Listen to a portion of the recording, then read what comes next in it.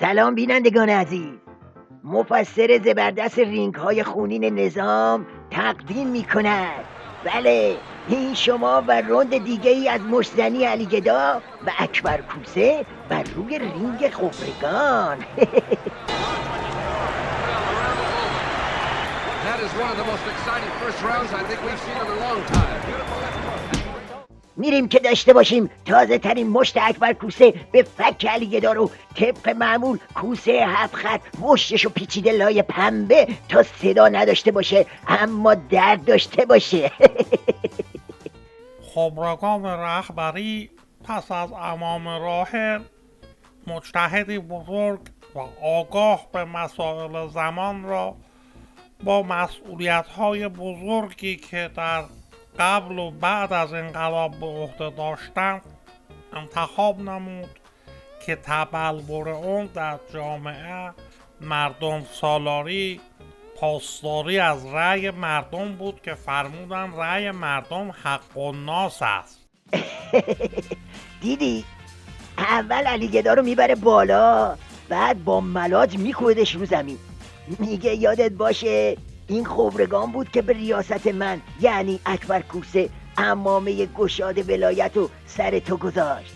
بعدم یه حق و ناس میبنده به ریش علی گدا تا همینو بکنه محمل تیغیدن عظما و بهش حالی کنه که این بارم باید به ریاست من تن بدی. حالا جواب ولی فقیه و از گلوی خرچنگ نظام بشنوید. حدود 2 هفته است از رحلت فقیه وارسته آیت الله مهدوی کنی که تا می توانستند در همین صفوف اول نماز جمعه جایشون بود. فقیه دینشناس،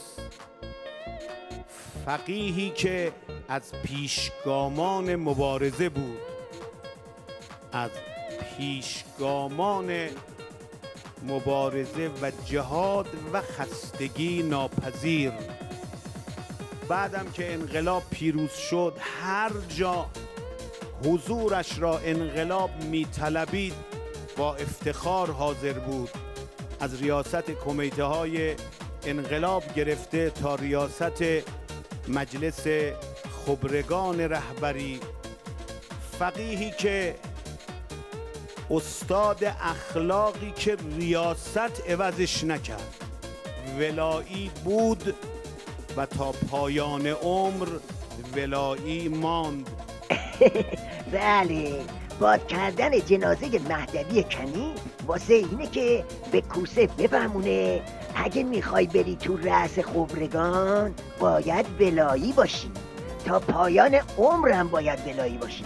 اینجاست که اکبر کوسه یه هوک چپ میکشه واسه فک عظما و نمایندش اینطوری.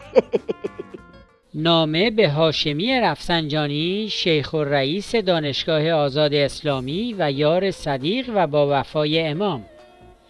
امروز کجنظری، زیاده خواهی و افراط برخی از دوستان اسبق داخلی ما می رود تا ایران را به تنگناها و روزهای سخت بسپارد. آنانی که در 8 سال گذشته با اشتباهات پیوسته خود و تنگ نظری های عمیقی که در تمام سطوح به خرج دادند، ایران و ایرانی را به 2 پاره و جزیره دور از هم در فهم و علایق کشاندند. در این لحظات سخت و پر اضطراب چند درخواست از آن بزرگوار دارم. کاندیدا شدن شما در انتخابات ریاست مجلس خبرگان و جلوگیری از افتادن این پست به دست نااهلان و قدرت طلبان.